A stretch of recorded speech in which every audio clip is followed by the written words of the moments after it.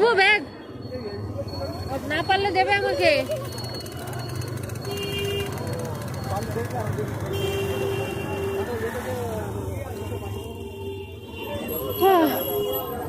সাড়ে 6টা বেজে গেছে। যদিও আমরা কিন্তু মানে খুব কম সময়ই করেছি, সবগুলো ফ্লোর ঘুরেছি, দেখলাম না তো পালিয়ে এলাম। অটোতে বসে করবো, তারপরে কি আর হবে। ওখানে দাঁড়িয়ে চেক করলে ভালো হতো, কিন্তু আকাশের অবস্থা দেখে মনে হচ্ছে বাড়ি আগে যাই।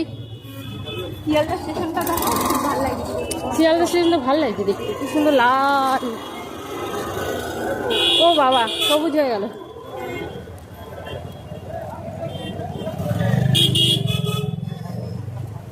চারিদিকে জল, বাপরে বাপ।